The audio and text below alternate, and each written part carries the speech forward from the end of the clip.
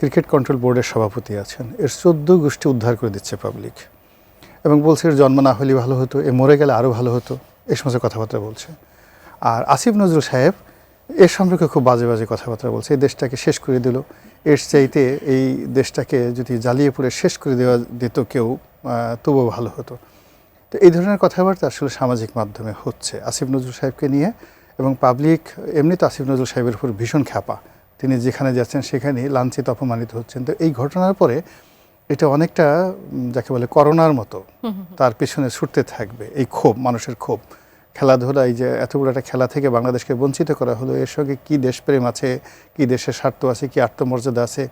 এই বিষয়গুলো যতই বোঝানো হোক না কেন, আমার মতো মানুষ, আমি যেমন কিছুই বুঝি না, এই খেলাধুলা তেমন একটা কিছু বুঝি না, কোনো জীবনে একটা ক্রিকেট ম্যাচ এই মাথা থেকে ওই মাথা পর্যন্ত দেখেছি এরকম কোনো নজির নেই।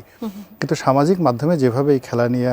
উত্তেজনা ছড়াচ্ছে, তাতে করে এই আমার অভিব্যক্তিটা আমি বললাম যে এইভাবে আলোচনা করছে, এবং লোকজন যারা এই ক্রিকেট প্রেমী তারা বর্তমান যিনি ক্রিকেট কন্ট্রোল বোর্ডের সভাপতি আছেন, কর্তা ব্যক্তি আছেন, আরও দুই একজনের নামও আসছে, কী কী যেন নাম আছে, তার সঙ্গে সঙ্গে বিশেষ করে আসিফ নজরুল আছেন,